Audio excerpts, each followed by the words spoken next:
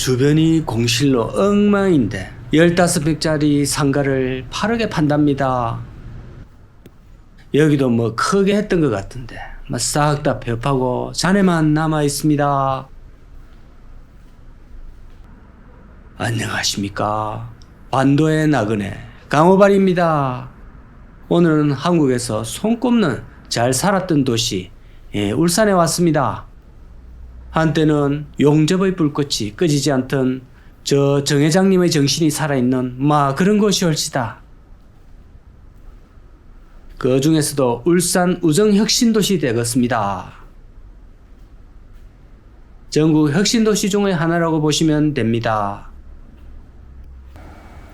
울산에도 있었는지는 이번에 처음 알았네요. 한국 동서발전도 있고 한국에너지공단, 한국석유공사, 산업안전공단 등의 여러 공기업들이 입주해 있고요. 아무래도 울산인 만큼 에너지 관련 그런 게 많습니다. 혁신도시는 전국적으로 다 비슷하듯이 기업을 지방으로 뿌려서 인구 유출을 막고 국토를 고르게 발전시킨다는 아주 좋은 취지인 것은 분명한데 의욕이 너무 앞서다 보니까 그런 곳곳에 상처들이 너무 많습니다. 그 당시 이걸 추진했던 정권 시절에만 토지 보상비가 건국 이래 최고로 많이 들어갔다는 통계가 남아 있습니다. 중간에서 개발에 따른 그 이익 집단이 얼마나 많이 생겼을지 안 봐도 비디오입니다. 울산 혁신도시는 유독 지형 자체가 뱀처럼 질게 늘어져 있다 보니까 이게 깁니다. 그래가 이 밀집력이 떨어진다는 평이 많고요. 그러다 보니까 상가 쪽의 자영업들이 운영이 잘 안 됩니다. 상권은 밀집이 딱 되어 있어가지고 사람들이 모여야 되거든요. 근데 이게 띄엄띄엄 이 구석 저 구석에 흩어져 있다 보니까 점심시간만 반짝 붐볐다가 그 뒤로는 그냥 어디로 갔는지 아무도 안 보입니다. 특히 요새 저녁이라고 해서 회식도 안 하고 집으로 다 들어가다 보니까 저녁에 특히 2끼를 다 팔아야 되는 이 식당도 힘듭니다. 자, 그 와중에 또 상가를 엄청 많이 지어놨습니다. 그게 제일 심각한 문제입니다. 저는 정말 궁금한 게 이렇게 전국적으로 공실이 넘쳐나는 데다가 또 이런 공실을 분양받기 위해서 대출을 잔뜩 낸 사람들은 엄청 고통을 받고 있을진데 보통은 돈을 빌려준 사람도 같이 고통을 받는 것이 우리 자연스러운 이치입니다. 그런데 이런 곳에 돈 빌려준 은행들은 최근의 금리 상승에 역대 최대 돈잔치를 벌이고 있습니다. 직원들한테만 수천만 원씩 성과금으로 뿌리고 저그들은 요새 신나고 행복합니다. 은행 얘기가 나왔으니 말인데 은행원들 연봉 높다고 해서 그들이 금융 지식과 능력치가 높다고 착각하면 큰 오산입니다. 그들이 받는 연봉과 실제 실력은 전혀 다른 문제입니다. 예를 들어서 여러분이 가끔 목돈이 생겨가지고 금융상품을 은행원에게 이렇게 상담을 할 때가 있을 겁니다. 근데 절대로 그것도 그렇게 해서는 안 됩니다.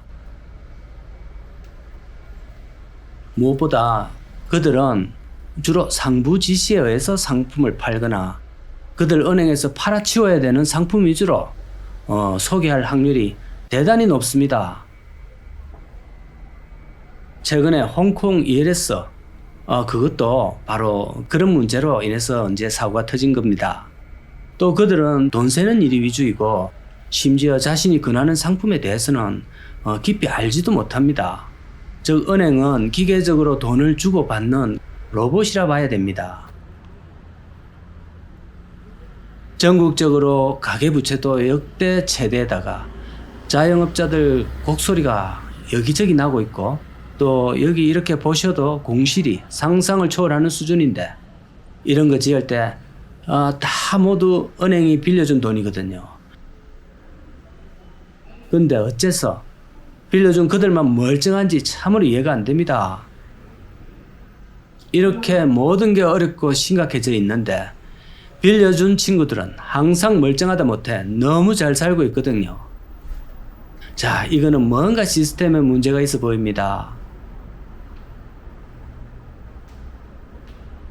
사실 그들이 빌려주는 그 돈도 자기들 돈도 아닌 남의 돈 또는 신용으로 만든 실제 있지도 않는 유령돈이거든요.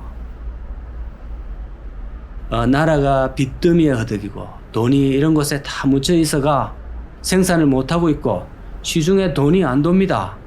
자, 이제 부실 여신을 해주는 저 은행도 마땅한 대가를 치러야 된다고요. 될 때라고 생각합니다. 참고로 자기 돈으로 투자해가 상가를 사서 공실이 나거나 말거나 그 사람들 편을 들어서가 아닙니다. 근본적인 금융 시스템이 이래가 과연 되는가, 그 점이 좀 문제가 있다 생각을 합니다.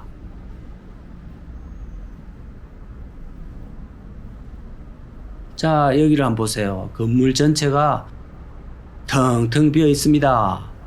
자영업이 역대급으로 불황인 상황이다 보니 건물주도 덩달아 가라앉고 있거든요. 건물주도 은행빚을 갚아야 되는데 그것을 당연히 자영업들의 임대료를 통해서 내거든요. 헬스 기구를 보니까 제가 생각이 나는 게 있는데, 특히 이 피트니스 사업이 사실 저는 개인적으로 매우 힘겨워 보이는 사업이다 생각합니다. 왜냐하면 저의 경험에 비춰봐도 이게 마음을 먹고 해도 3일을 연속해서 못하겠더라고요. 저도 작심 3일입니다. 항상 3일을 넘겨본 적이 없습니다.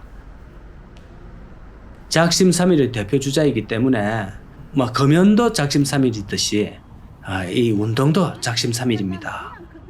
혹시 제가 이런 사업주가 되면 정말 이 손님을 1년 12달 오게 하는 데에 너무 마음이 고될 것 같습니다. 처음에야 그렇게 열심히 하겠지만 두세 번만 왔다 가면 그냥 오기 싫거든요. 이 오기 싫은 곳을 열어놓고 사업을 한다? 저는 도저히 자신이 없습니다. 여러분도 웬만하면 이런 인내를 해야 되는, 손님이 인내를 열심히 해야 되는 이런 사업은 손대지 말기를 바랍니다. 자, 이런 식으로 건물을 막 짓든가 말든가 70-80% 비율로 대출을 내주든가 말든가, 저거는 어떻게라도 이자를 받고 원금이 보장되어 있는 입장이라면 이런 사업은 그냥 땅 짓고 헤엄치기 사업보다 더 쉬워 보입니다. 주변이 공실로 엉망인데 15평짜리 상가를 8억에 판답니다.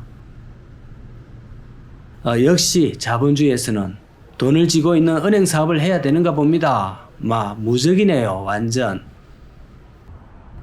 대출을 내주고 했던 사업이 망해도 자신들은 성과금 잔치를 벌입니다. 제가 1년 동안 공시를 수없이 보여드렸는데 망했다, 부도났다 이런 은행은 한 곳도 못 봤습니다. 시행사나 개인은 죽어나가는 건 여러 봤는데 은행만 최고로 잘 나가고 있습니다. 우울한 것만 보여주지 말고 희망찬 것도 좀 보여달라 이러시는 분들이 있는데, 지금 당장 은행으로 가보세요. 호황 중의 호황입니다. 저도 자리만 있으면, 은행 보안 요원 자리 하나 있으면 참 좋겠습니다. 혹시 어디 없을까요? 한국에서 제일 안전한 곳은 은행이 올시다.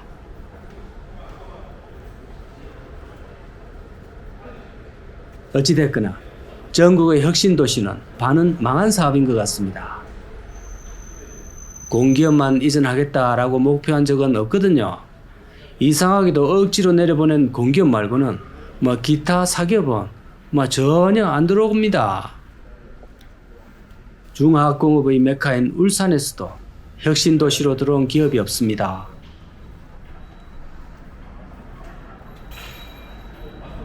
KTX에서도 먼 곳에 만들어진 곳이라 불편한 것도 한두 가지가 아니고 문제가 산적해 있습니다.